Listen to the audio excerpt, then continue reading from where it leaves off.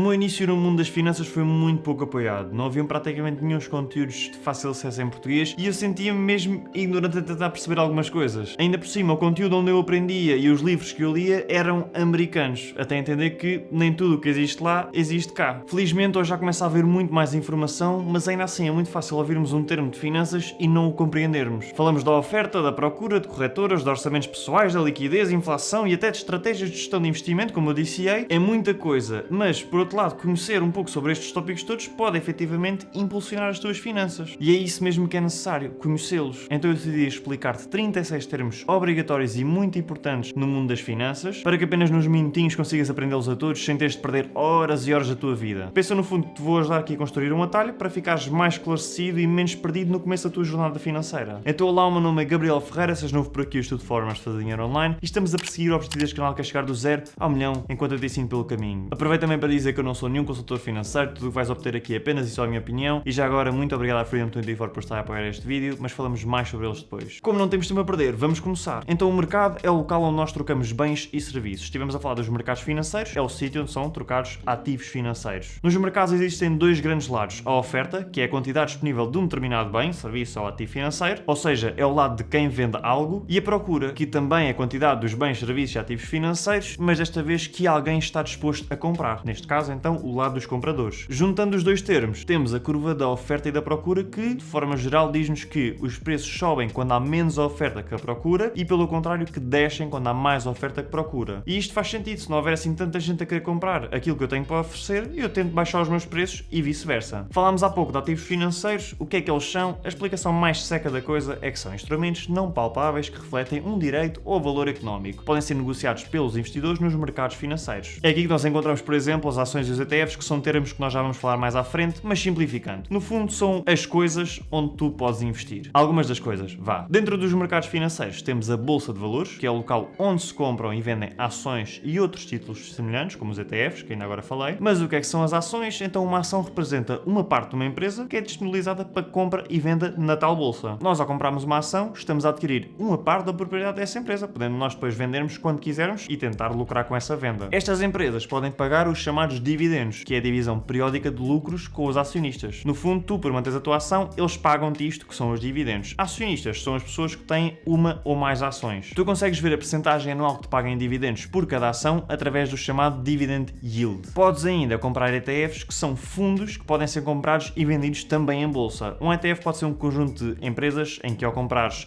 ele divide o teu dinheiro automaticamente por todas as empresas que estão lá dentro. Outro exemplo de ETF, tu tens ETFs que seguem o preço do ouro. Neste caso, tu não tens de estar a comprar ouro na vida real para poder investir em ouro. Um conjunto de ETFs muito conhecidos são aqueles que seguem o índice do S&P 500, que contém as maiores 500 empresas dos Estados Unidos. Ou seja, se investires aqui, estás a investir nas maiores 500 empresas dos Estados Unidos só com um clique. Onde é que se pode investir nestes ativos? Nós investimos nas chamadas corretoras, que são intermediários que nos ajudam a comprar estes ativos. Cada vez mais as corretoras são plataformas simplificadas e mostram ter muitos benefícios. Muitas delas começam agora a oferecer juros, mesmo que não sejam os juros comuns bancários, funcionam tal e qual como um juro. E o que é este juro? É a remuneração pelo uso do dinheiro emprestado ou investido e geralmente está expresso numa percentagem. Daí nós vemos este investimento paga 2% de juros, significa que vai pagar 2% do que tu investiste / emprestaste. Existem dois tipos de juros. Temos os juros simples, que são calculados apenas sobre o valor inicial ao longo do tempo, no exemplo de, por exemplo, 1000 euros com juros simples de 10%. 10% é um valor irrealista, mas para simplificar a compreensão. Ao longo dos anos, iremos receber sempre 100 euros anuais. Já se estivermos a falar de juro composto, são calculados não só sobre o valor inicial, mas também sobre os juros acumulados anteriormente. Então, pegando o mesmo exemplo, nós tínhamos os 1000 euros que com os juros de 10% ficámos com 1100 euros. O juro composto diz-nos então que os 10% vão ser desta vez aplicados nos 1100 euros em vez de só nos 1000. Então tu vais ganhar mais que 100 euros. O juro composto acaba por ser um dos grandes segredos dos investimentos. É uma ótima forma de combateres a inflação. E o que é a inflação? É o aumento generalizado do preço das coisas, dos bens, dos serviços. E isto, querendo ou não, causa a desvalorização do dinheiro, porque se nós tivermos o mesmo dinheiro e tudo fica mais caro, o meu dinheiro consegue comprar menos coisas. Então é esse o raciocínio. Daí ser importante o hábito do investimento. Se nós conseguimos gerar, por exemplo, 5% no ano em investimentos e a inflação estiver a 2%, significa que eu não só recupero o valor do meu dinheiro, como ainda lucro os 3% em cima disso. Mas não são apenas com ações, ETFs ou até mesmo com os juros que tu consegues colocar o teu dinheiro a render para combater a inflação. Tu podes investir, por exemplo, em REITs, que são parecidos aos ETFs, mas são um conjunto de ativos imobiliários. Por exemplo, hotéis, casas, centros comerciais, e eles são obrigados a pagar 90% das rendas desses locais onde tu investiste ao investidor, portanto, a ti se tu investires. Eu pessoalmente até gosto porque é uma forma de pormos um pezinho no imobiliário sem termos que estar a despender muito capital. Tens ainda as obrigações, que permitem qualquer um de nós emprestar dinheiro a uma empresa ou até ao Estado e receber no final de um período não só o dinheiro que nós emprestamos, como juros pelo empréstimo que nós fizemos. As obrigações do Estado cá em Portugal chamam certificados de aforro, à partida já ouviste falar disto. Se não ouviste, estás a ouvir aqui agora, também não há problema. A vantagem aqui é que o capital é garantido, ou seja, o Estado, a não ser que entre em falência, garante a devolução do dinheiro mais o pagamento dos juros. Próximo termo, a newsletter. Eu sei que newsletter não é um termo financeiro, mas eu comecei a minha newsletter pessoal, onde todas as semanas te explico algo relacionado com finanças, tendo como base a minha experiência. Estou a adorar escrevê-la e adorava ver-te por lá. Também tens o link na descrição se quiseres fazer uma subscrição. Não pagas nada mais uma vez e eu gostava mesmo de poder contar contigo desse lado do e-mail. Vamos ver algo agora que as pessoas costumam gostar. Vamos então ver uma estratégia de venda de investimentos muito conhecida, chamada o FIRE, que tem como objetivo tu te reformares mais cedo através dos teus investimentos, e uma das fórmulas é investir de forma a que, se tu tirares 4% ao mês, consigas só viver dos investimentos. Tu tens várias calculadoras para ver isto online e acho que pode ser interessante pesquisar sobre este assunto. Não cometas o erro se sofreres de FOMO. Aliás, até podes sofrer, mas não tomes decisões se estiveres a sofrer de FOMO. FOMO é o Fear of Missing Out, ou em português é o medo de perder uma oportunidade, seja pelo que for. Isto causa muito stress e, na maioria das vezes, perdas de dinheiro. O mercado dos investimentos pode estar com movimentações prolongadas e por isso nós temos o Bull Market e o Bear Market. Bull Market é a subida prolongada dos preços dos ativos de investimento, por norma caracterizada também pelo otimismo e a confiança da malta. Já o contrário chama-se Bear Market, que é caracterizado pelo medo e desconfiança e é a queda prolongada dos nossos ativos, o que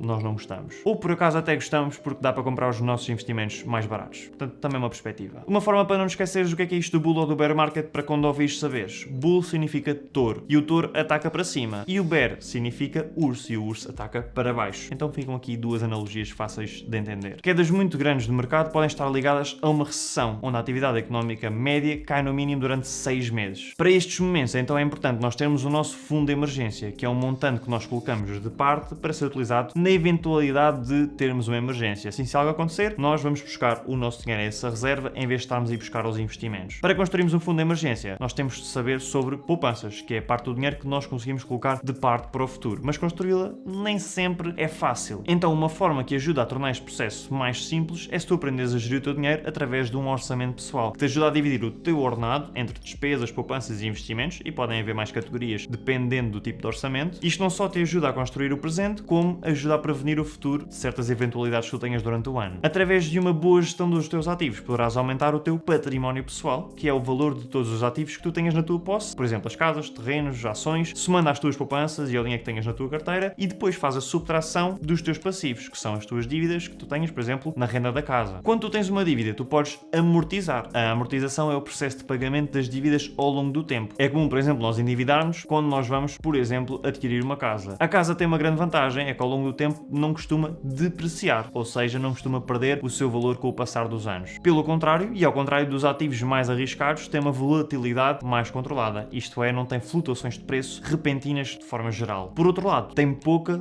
liquidez. A liquidez é a capacidade e facilidade que nós temos de tornar um ativo em dinheiro novamente. Enquanto uma ação eu posso pegar e vender logo, uma casa, eu se quiser vender neste segundo, se calhar fica complicado. Uma para a cultura geral, o PIB, ou o Produto Interno Bruto, que é o valor total do mercado de todos os bens e serviços produzidos dentro de um país. É aquele número que é utilizado para medir a economia num determinado país. Já a capitalização do mercado é como se fosse o PIB, mas para os investimentos. Ele é o valor total em circulação de determinado ativo financeiro, o que por norma reflete o seu valor, a sua força e também o quanto está estabelecido no mercado. Saber isto é giro, é verdade, mas depois nós temos de saber aplicar para ter qualquer impacto na nossa vida. É mesmo importante nós conseguirmos aprender a investir o nosso dinheiro, porque sem conhecimento as coisas não vão lá. E foi por isso que eu criei este vídeo aqui, onde eu te ensino como é que eu faria se quisesse começar hoje a investir. Eu acho que é o complemento ideal a este vídeo e mais uma vez obrigado por assistir, vemo-nos para a semana e tchau!